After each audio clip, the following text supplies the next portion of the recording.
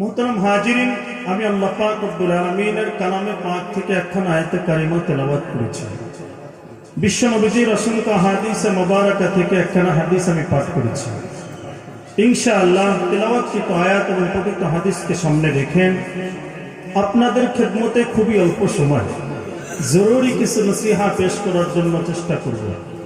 তার আগে আপনাদের কাছ থেকে দোয়া চাই, দোয়া করবেন আল্লাহ যেন আমার জবান থেকে এমন কিছু কথা বের করে দেন যে কথাগুলো আমি বললে বলে আপনারা শ্রোতাবৃন্দ যারা আছেন সকলেই যেন আমরা মিলেমিশে আমল করতে পারি। সকলে বলি আমিন, আল্লাহুম্মা আমিন। মুহতারাম হাজিরিন, আমি আলোচনার শুরুতে আপনাদেরকে একটা প্রশ্ন করি। বলেন তো দেখি, পৃথিবী ছেড়ে আমাকে আপনাকে যাওয়া লাগবে কিনা? পিছনের ভাইদের যাওয়া লাগবে? যাওয়া লাগবে, মাশাআল্লাহ। শুধু আমি আর আপনি না,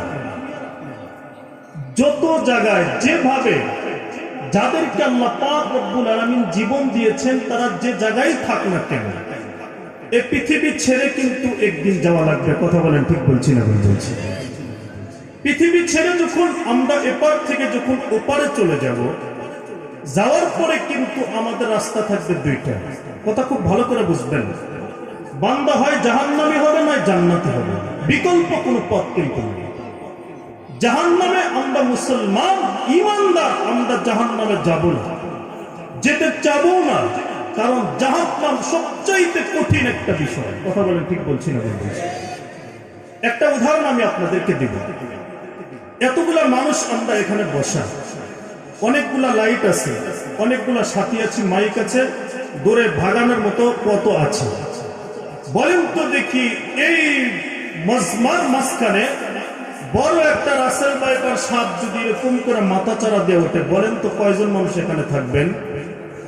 বলেন কয়জন? আমি বক্তা এদিকে যাবো, কেন ওদিকে গেলে তো ধরার সম্ভাবনা আছে। কথা বলেন, ঠিক বলছি না? আচ্ছা, একটা বের হলে পরে একটা বের হলে আমরা থাকতে পারবো না, আমরা কিন্তু বলেছি। খুব ভালো করে মনোযোগ দিয়ে কথাটা বুঝবেন। মুহতারাম হাজিরিন, আমার আপনার যে কবরটা হবে, ওই কবরের মধ্যে কি এতগুলা বাতি দিবে? অনেকগুলো একসাথে দিবে? ভাইগা যাওয়ার কি কোনো পথ আছে? নাই। যদি কবরটা জাহান্নামের আসামি হয়, তাহলে কিন্তু ওই কবরের মধ্যে এরকম দুনিয়ার রাসেল বাইপার সাপের মতো না, এর চাইতে লক্ষ গুণ সবচাইতে বেশি বিষাক্ত যে সাপগুলো আছে, এরকম 99টা সাপ কিন্তু ওই নাখাস্ত বান্দার কবরে দিবে, যে বান্দারা জাহান্নামী হবে। বলেন তো দেখি, আমরা কেমনে সইব? সইতে পারবো? সইতে পারবো না। এক রাসেল বাইপারের পারের যে আগমন হয়েছিল, তার জ্বালাই তো আমরা কত কিছু করেছি। কথা বলেন, ঠিক না? ওখান থেকে তো ভাগার কোনো পথ নাই, আছে কি? নাই। মুহতারাম হাজিরিন, একটা উদাহরণ দ্বারাই বুঝলাম জাহান্নাম কঠিন। জাহান্নামে আমাদের যাওয়া যাবে না, যেতে হবে কোথায়? জান্নাতে। জান্নাতে তো যাবো, জান্নাত তোর বাপের বাড়ি না। বাপের বাড়ি কি? না না না, মন চাইলেই যাবো এমনটা কিন্তু না। জান্নাত কোথায়, কোন জায়গায়, এটা বলতে গেলে সময় হবে না। জান্নাত তো অনেক উপরে। কোথায়? উপরে। কেমনে বুঝলাম? তাফসীরে রুহুল বয়ানের মধ্যে লেখা, জান্নাত যে উপরে, এটা একটা আল্লাহ পাক রব্বুল আলামিনের কালামে পাকের একটা আয়াতে কারিমার দ্বারা বোঝা যায়। কিভাবে? আল্লাহ পাক রব্বুল আলামিন আব্বাজান আদম আলাইহিস সালাম আর হাওয়া আলাইহিস সালামকে যখন বানাইলেন, জান্নাতের মধ্যে দিলেন, যার পরে ওখানে গেলেন, যার পর আল্লাহ পাক বললেন, ইহবিতু মিনহা জামিয়া, এই আদম আর হাওয়া, তোমরা সকলে আমার জান্নাত থেকে নেমে যাও। মানুষ যখন উপরে থাকে তখন তাকেই বলা হয় নেমে যাও। এর দ্বারা রুহুল বয়ানের মুসান্নিফ পড়ে, এর দ্বারা বোঝা গেল আল্লাহর জান্নাত উপরে। কত উপরে? এটা বড় একটা বিষয়। 7 আসমান 7 জমিনের উপরে। সকালবেলা পূর্ব আকাশের দিকে যখন আমরা তাকাই, তাকানোর পরে দেখা যায় ছোট্ট একটা বাটির মতো, নাম তার সূর্য। চেনেন আপনারা? ওটা কি আসলে অতটুক? না, অতটুক না। পৃথিবীর চাইতে 13 লক্ষ গুণ বড় হলো এই সূর্য। এত ছোট দেখা যায়, কারণ কি? এটা অনেক উপরে। তার উপরে তারকা, তার উপরে প্রথম আসমান, তারপরে মহাশূন্য, দ্বিতীয় আসমান, মহাশূন্য, তৃতীয় আসমান, এরকম করতে করতে মুফাসসিরিনে কেরামগণ বলেন জমিন থেকে সপ্তম আসমানের 7 পর্যন্ত যত দূরত্ব, সপ্তম আসমানের উপরে এর পরিমাণ মহাশূন্য, তারপরে আল্লাহ পাক বানায় রাখছেন সিদরাতুল মুনতাহা। সেই সিদরাতুল মুনতাহাই হলো আমার আপনার জান্নাত। আল্লাহু আকবার, জোরে বলেন। এত উপরে আল্লাহর জান্নাত, উঠবো কেমনে হুজুর? সিঁড়ি তো নাই, কিভাবে যাব? এটা কিন্তু ভাবার বিষয়। বাংলাদেশের মানুষ সরল পান, চিন্তা করলো আল্লাহর জান্নাত উঠবো কিভাবে? আর আরেক আয়াতে কারিমার মধ্যে আছে ওয়াতাসিমু বিহাবলিল্লাহি জামিয়া, তোমরা আমি আল্লাহর রশিকে মজবুত করে ধরো, টান দিয়ে আমি জান্নাতে নিব। সরল পান মানুষ ভাবলো আল্লাহর রশি তো তাহলে মক্কা মদিনায় হয়তো আসমান থেকে ছাড়ছে, ওইটা ধরবো, তারপর টান দিব, নিয়ে যাবো। গেছে মক্কায়, দেখে মিনার কোথাও রশি ছাড়ে না, ফিরে আসছে। আসার পর দেখে জিয়া আন্তর্জাতিক কনার শাহজালাল আন্তর্জাতিক কোন ওই বিমানবন্দরে আসছে। আসার পরে দেখে একটা ব্যানারের সাথে লেখা, আর কেউ ফিরে না খালি হাতে, 8 রশির ওই দরবার হতে। নাউজুবিল্লাহ, জোরে বলে।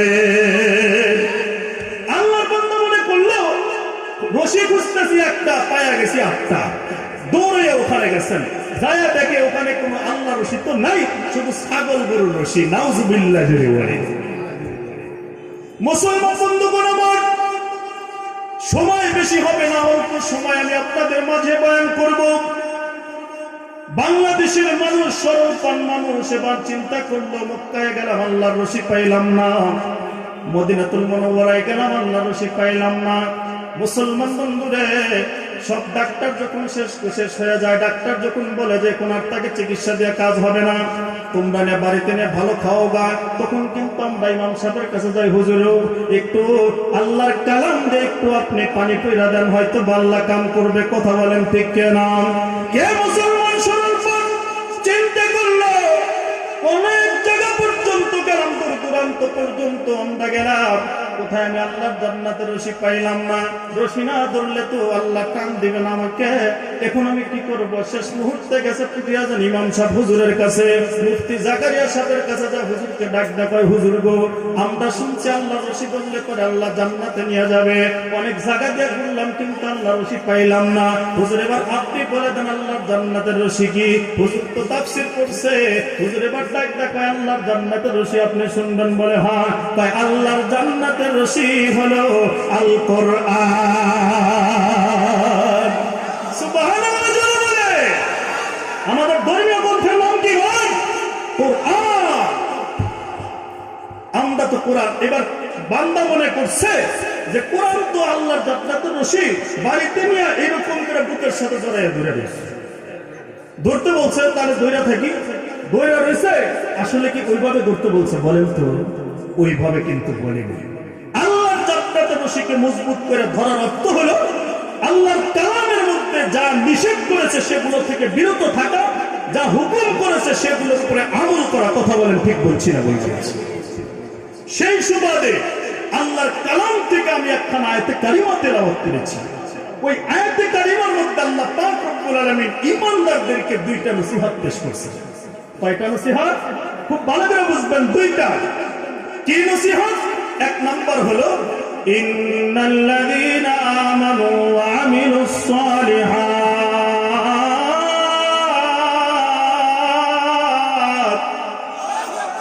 2টাই হয়ে গেছে। 1 নাম্বার হলো ইন্নাল্লাযীনা আমানু, 1 নাম্বার হলো ঈমান। সুবহানাল্লাহ। মানুষ যত আমল করুক না কেন, যদি ঈমান যদি তার মধ্যে না থাকে, তাহলে কিন্তু যতই আমল করুক, তাহাজ্জুদ করুক, আওয়াবিন করুক, ইশরাক করুক, যদি তার মধ্যে ঈমান নামক অ্যাকাউন্টটা যদি জারি না থাকে, তাহলে কিন্তু ওই আমলটা আল্লাহর আদালত পর্যন্ত পৌঁছবে না। কথা বলেন ঠিক বলছি না? বলছি। ঈমান হলো সবচাইতে দামি জিনিস। ঈমান ছাড়া বান্দার কোনো আমল আল্লাহর আদালতে পৌঁছবে না। কেমন দামি জিনিস? আমাদের মুরব্বীদের একটা কথা আমি আপনাদেরকে শোনাই। হাজী ইমদাদুল্লাহ মুহাজিরে মক্কি রাহমাতুল্লাহ আলাইহি, বহুত বড় বুজুর্গ মানুষ, আল্লাহর নবীজির আশিক, বহুত বড় বুজুর্গ মানুষ। উনি একদিন মুরিদদেরকে প্রশ্ন করছেন, বাবারা তোমরা বলো তো দেখি, তোমাদের কাছে আমার একটা প্রশ্ন, তোমরা কি আসমানের খুঁটি দেখছো? হুজুর না, আসমানের খুঁটি তো দেখি নাই। আসমানের তো খুঁটি নাই, আল্লাহ তো খুঁটি ছাড়া আসমান বানায় রাখছেন। হুজুর বলে, বাবা আমি যদি তোমাদেরকে দেখাই তোমরা কি দেখবা? হুজুর আপনি যদি দেখান তাহলে দেখবো। কিভাবে হুজুর? ঠিক আছে শোনো, তোমরা যদি আসমানের খুঁটি যদি তোমরা দেখতে চাও, তাহলে এক একজন ঈমানদার আল্লাহকে আল্লাহ বলনেওয়ালা ওই মুমিন বান্দার দিকে তাকায় থাকো, সুবহানাল্লাহ জোরে বলে। মুসলমান বন্ধু বলে, মুরিদরা হুজুরকে বলল, হুজুর আপনি বলেন সাত আসমানের খুঁটি হলো ঈমানদার মুমিন বান্দা, কিন্তু আমরা তো জানি না একজন ঈমানদার বান্দা যতই শক্তিশালী হোক না কেন সর্বোচ্চ 1.5 মণ থেকে 2 মণ ওজন বহন করতে পারবে, এর চাইতে বেশি তো বহন করতে পারবে না। হুজুর গো, সে কিভাবে এত বড় পৃথিবীর চাইতে 13 লক্ষ গুণ বড় সূর্য কিভাবে বহন করবে, এত বড় আসমানকে কিভাবে বহন করবে, আমাদের বুঝে আসলো না। হুজুর ডাক দেখায়, তোমরা তো 1 সূর্যের প্রথম আসমান নিয়ে ব্যস্ত, কিন্তু আমার থেকে শুনো রে, শুধু এক একজন ঈমানদার আল্লাহকে আল্লাহ বলনেওয়ালা একজন ঈমানদার, শুধু 1 আসমান প্রথম আসমানের খুঁটি না, 7 আসমান 7 জমিনের খুঁটি। সুবহানাল্লাহ জোরে বলেন। মুরিদরা দেখতে বলে, হুজুর সেটা কিভাবে আপনি আমাদেরকে বোঝান? ডাকদা বলতেছে, বাবা আল্লাহর পয়গম্বরের হাদিসের মধ্যে আসছে, আল্লাহর পয়গম্বর বলে যতদিন পর্যন্ত একজন আল্লাহকে আল্লাহ বলনেওয়ালা মুমিন বান্দা ঈমানদার বান্দা পৃথিবীর জমিনের মধ্যে থাকবে, ততদিন পর্যন্ত আল্লাহ পাক রব্বুল আলামিন এই পৃথিবীকে সূর্যকে সূর্যের জায়গায় রাখবে, চাঁদকে চাঁদের জায়গায় রাখবে, আসমানকে আসমানের জায়গায় রাখবে, জমিনকে জমিনের জায়গায় রাখবে। এক কথায় হলো আল্লাহ পাক রব্বুল আলামিন পৃথিবীকে ধ্বংস করবে না। এর দ্বারা বোঝা গেল এক একজন ঈমানদার বান্দা শুধু 1 আসমান তা না, 7 আসমান 7 জমিনের খুঁটি শুরু। একজন ঈমানদার বান্দার দাম আল্লাহর কাছে কত বেশি, কিন্তু আমরা তো এই ঈমানকে আমরা একদম সস্তা বলে ফেলছি। প্রতিদিন আমাদের ঈমান কয়বার যে যায় আর কয়বার আহে আল্লাহই ভালো জানে। কথা বলেন, ঠিক বলছি না বলছি? মুহতারাম হাজির, ঈমান বহুত বড় দামি জিনিস। আমাদের আকাবিরগণ ঈমানের জন্য জেলখানায় তাদের যেতে হয়েছে, ঈমানের জন্য তাদেরকে ফাঁসির মঞ্চে তুলতে হয়েছে, কিন্তু আমরা তো, আমার বাপ-দাদা মুসলমান ছিল, ঈমানদার ছিল, আমিও ঈমানদার, সস্তা মনে করে আমরা চলি। কথা বলেন, ঠিক বলছি না বলছি? ঈমান কেমন জিনিস? আল্লাহু আকবার। কিতাবের মধ্যে আসছে, 3জন যুবক আল্লাহর দ্বীনের দাওয়াত নিয়ে দাওয়াত দিতে দিতে একদম খ্রিস্টান রাষ্ট্রে চলে গেছে, যেখানে খ্রিস্টানদের বসবাস, ওখানে চলে গেছে। যাওয়ার পরে ওখানে যা বলতেছে, কুলু লা ইলাহা ইল্লাল্লাহু তুফলিহুন,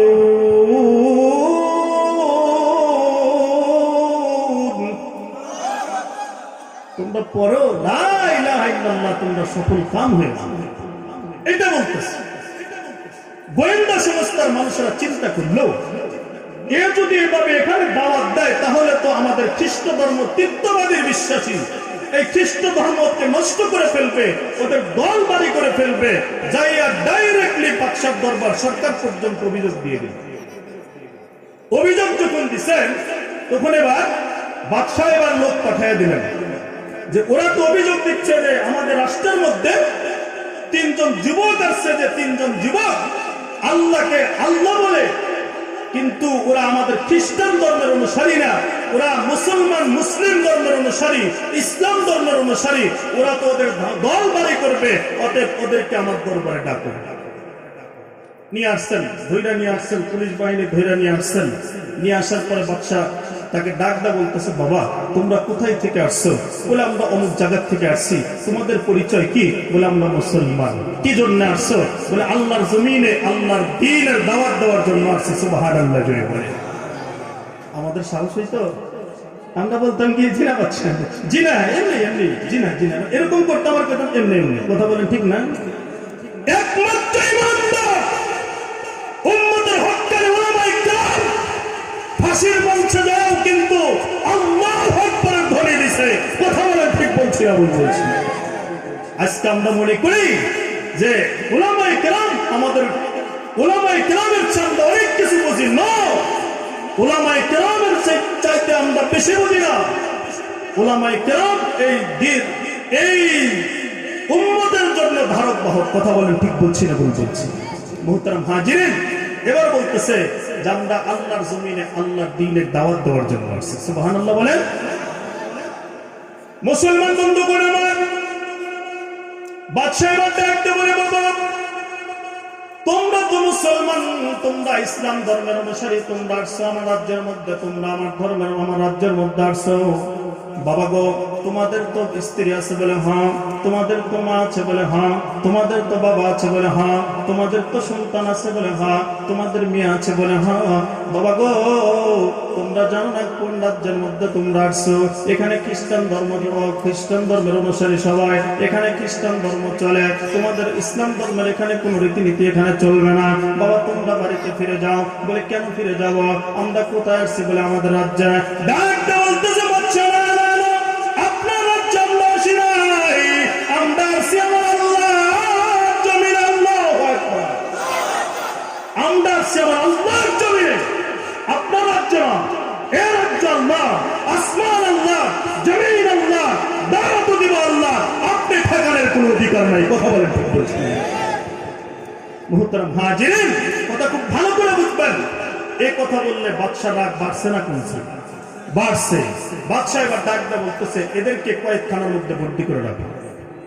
এমন একটা কয়েকখানা রিমান্ড, এমন একটা কয়েকখানা যে কয়েকখানার মধ্যে মাটির থেকে তোমরা সুই পুতাই পুতবা, আর যে জায়গাটা উপর দিকে রাখবা, রাইকা ওর উপর ওদের পা রাখবা, চতুর্দিক দিয়া ওই সুই থাকবে।